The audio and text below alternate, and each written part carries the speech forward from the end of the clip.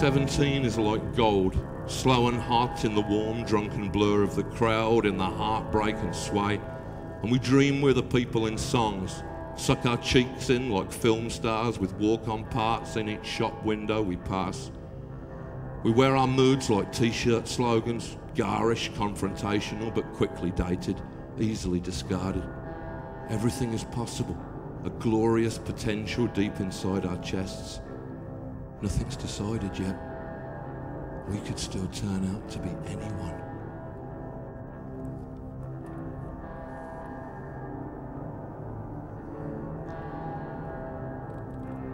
But in the centre of the town at night, the burning amber cast marks of the hackney cabs leave smears of light behind them through the dark, and we're in tears again with pain or laughter, neither over anything of consequence, yet both so fierce. We strut the arcades with an air of unrepentant trespass, yet to recognise these curb-crawled warrens as our own estates, and pass out on the last bus home.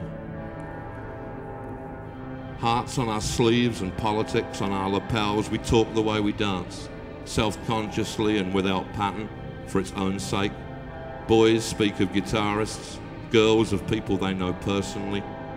A wall of trivia shored up against the world in lieu of working knowledge, and sometimes, amidst it all, blurted rehearsals for more urgent dialogues to come, the shine and panic in our eyes if we should speak of love.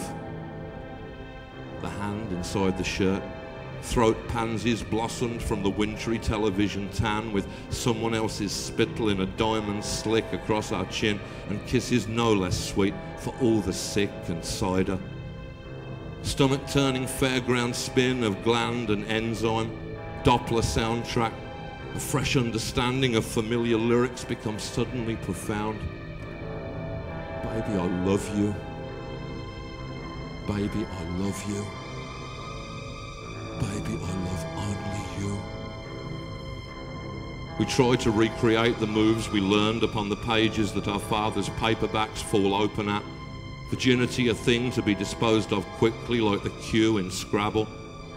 On the nettled shoulder of the river crawling through the park, across the rattling rusted water from the Avon factory's cathedral-lit facade, we shove and sweat and tremble, suck each other's perfumed fingers in the shivering cosmetic glow. Our dual monologues that pass as conversation, our shamefaced concern for the opinion of our friends, and our embarrassed partings when confronted by a mutual incomprehension that's both obvious and absolute. The words are taken back, the scarf returned, embittered slanging matches that occur nowhere save on some sad and spite-streaked astral plane, until these acid dregs seem almost sweeter than the wine. The diaries we abandon in the first few weeks of March, appalled at this stark evidence of our flat cola lives.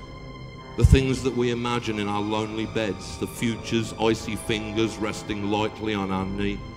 We place our faith in radio saints, in heroin stigmatics and the angels of the overdose, their fragile eyes on every bedroom wall. We go down for the third time in our own mythology.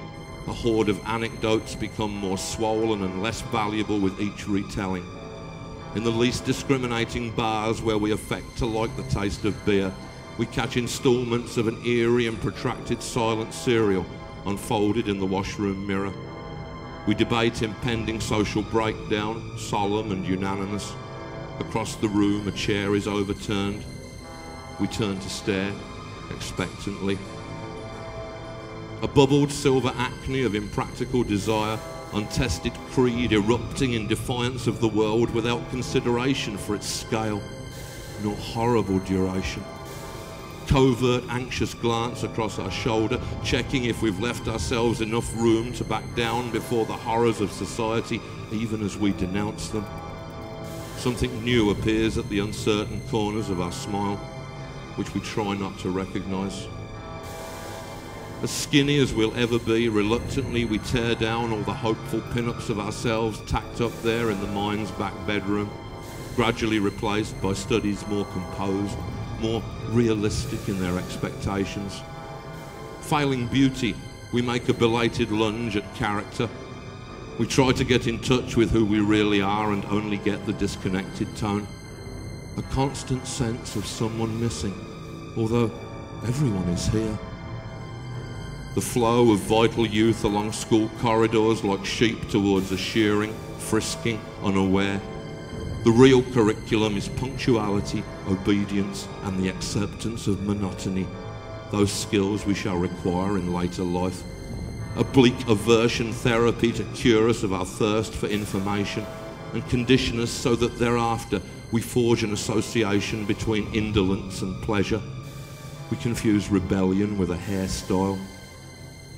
Nightmare of the teenage jobscape, suddenly made stupid, weak and clumsy there amidst the calloused adults. Some have been there since they were 14, due to retire in 5 more years and never missed a day. We glimpse the abyss, staring into our discoloured tea break mugs. We have been shown the contract.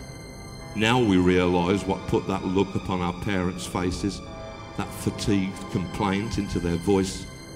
We are too old now not to see their failings and too young to understand or quite forgive. Our parents do not follow a traditional perspective, growing smaller on approach. Only much later will their true scale be apparent. Find old photographs with both of them in post-war dance halls that are lit by nothing save the dazzle of men's shirts. Both happy, not much older than ourselves. We grow afraid. 2 weeks before I am expelled from school for dealing drugs, I come across my mother in the street outside St Edmund's Hospital. My grandmother has suffered a collapse, is dying. It is hoped that she will not recover consciousness inside that place, still thought of as a workhouse by the people of her class and generation. Later, going through her things, we find the folded, blood-stained paper and my mother gasps. Within a fortnight it can all fall down. The luminous Wurlitzer palace of our youth. No luck, no school, no happy home. A job down at the skinning yards where men with hands bright blue from caustic dye trade nigger jokes. The tide comes crashing in and sweeps us all away.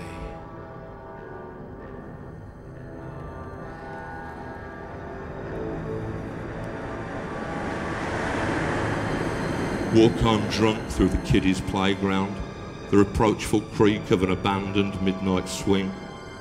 We wonder briefly if we might be dreaming. A persistent rushing, risen in our ears.